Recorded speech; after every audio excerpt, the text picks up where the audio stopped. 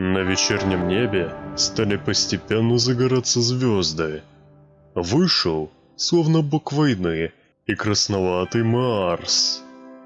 Даже не верится, что больше он не занимает полнеба, притом и днем, и ночью. И что солнце стало больше и теплее, и его свет, проникая сквозь атмосферу планеты, делает день светлым. И что теперь я могу выйти на улицу без скафандра и почувствовать запахи родной земли. Спасибо правозащитникам, подняли шум, а то бы и торчал на рудниках Фобоса еще 3 года. Осудили меня года на 4 по Додинской статье за участие в акциях протеста. Отбывать наказание отправили на спутник Марса.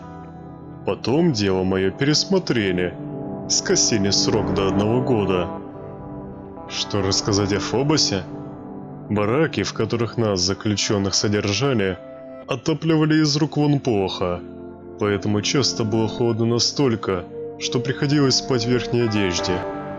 Кормили из тюбиков, что при слабой тяжести было вполне разумно.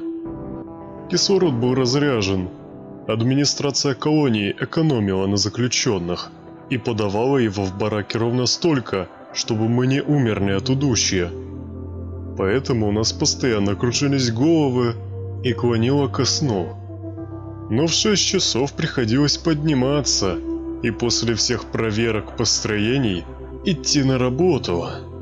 Вернее сказать, плыть, ибо на марсианской стороне, где находилась наша колония, сила тяжести практически отсутствовала. Тяжко ли было работать? Кого интересует этот вопрос, пусть попробует напялить на себя скафандр и несколько часов подряд помахать киркой, и при том, что не твердо стоишь на земле. Когда меня везли на космическом корабле с решетками на окнах, неужели кто-то реально попытался бы устроить побег в открытом космосе? Меня, признаться, были опасения, что будут пытать, как Ильдара Дадина, первого, кто попал под эту статью. Или что администрация колонии будет всячески придираться и помещать в ШИЗО, как Константина Котова, который попал под нее 2-м. Но, по счастью, отношение ко мне было вполне терпимым. Даже хвалили за добросовестный труд. «Хороший ты парень, Володька. Работаешь без халтуры». Я действительно старался на совесть. Так уж привык. Если берусь за дело, стараюсь делать его хорошо, а не кое-как. Настоящим праздником для меня, как и для всех заключенных, был прилет почтового корабля. Не мудрствуя лукаво, его, как и планету, назвали Фобосом, который привозил нам письма из дома, с родной земли. Письма от родных, друзей и совершенно незнакомых людей, которые переживали за меня и сочувствовали, которые не считали меня преступником, несмотря на то, что СМИ постарались сделать из меня чуть ли не изменщика Родины.